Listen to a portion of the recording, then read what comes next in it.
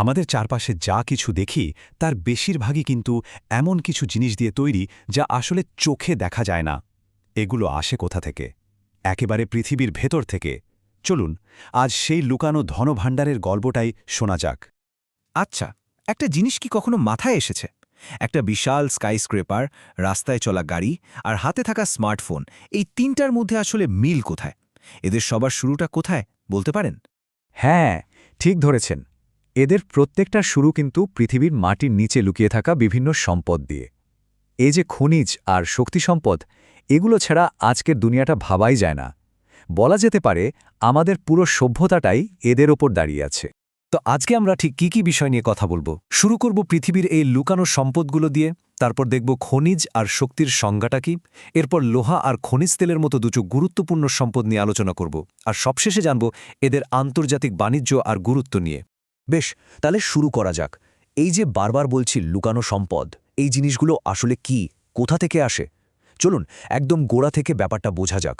খনিজ সম্পদ মানে হল, খুব সহজ করে বললে, প্রকৃতির তৈরি এমন কিছু জিনিস যা আমরা মাটি খুঁড়ে বের করে আনি। মানে অনেকগুলো মৌলিক পদার্থ একসঙ্গে মিশে এগুলো তৈরি হয়, আর পরে আমরা এগুলোকে বিভিন্ন প্রক্রিয়ার মাধ্যমে ব্যবহারের উপযোগী করে তুলি। আচ্ছা, এই খনিজ সম্পদ কি সবই একরকম? না, এদের গঠন আর ব্যবহার বিচার করে এদেরকে মূলত তিনটে বড় ভাগে ভাগ করা হয়। এখন প্রশ্ন হল, এই তিন ভাগে কি কি আছে? যেমন ধরুন ধাতব খনিজ। নাম শুনেই বোঝা যাচ্ছে এর মধ্যে আছে লোহা, তামা বা সোনার মতো ধাতু। আবার অধাতব খনিজ হল গ্রাফাইট বা জিপসাম।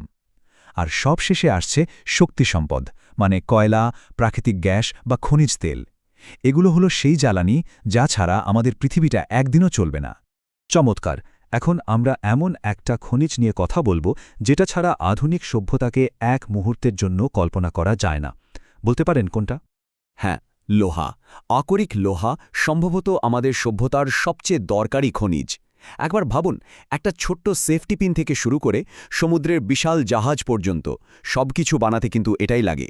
আর এক কারণেই তো এই যুগকে আমরা বলি লৌহ বা ইস্পাত যুগ।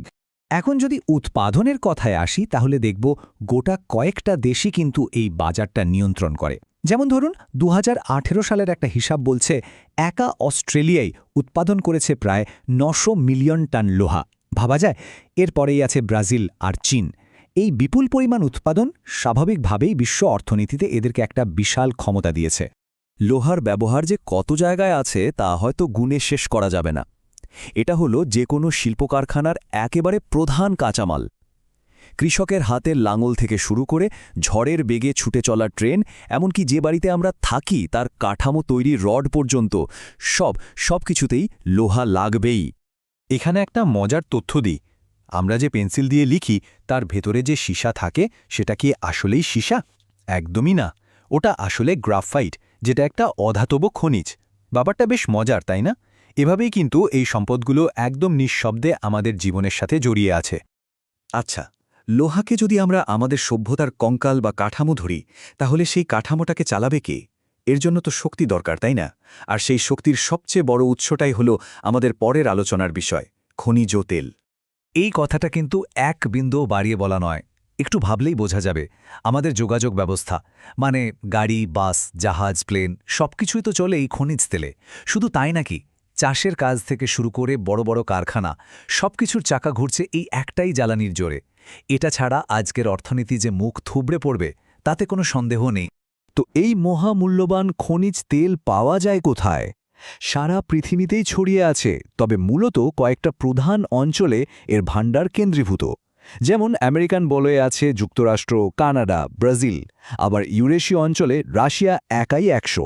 তবে সবার আগে যে অঞ্চলের নাম মাথায় আসে সেটা হলো মধ্যপ্রাচ্য, মানে সৌদি আরব, ইরান, ইরাকের মতো দেশগুলো।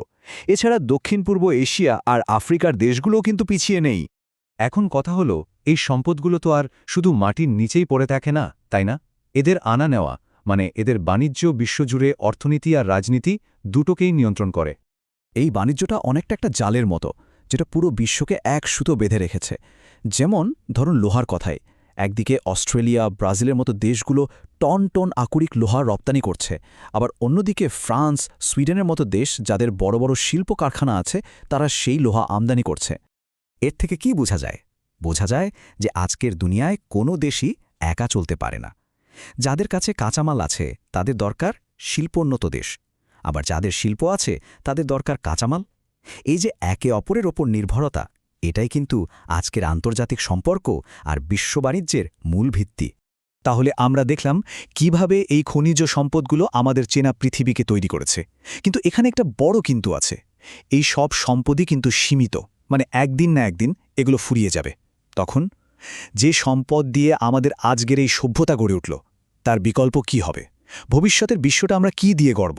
এই প্রশ্নটাই হয়তো আমাদের এই সময়ের সবচেয়ে বড় চ্যালেঞ্জ।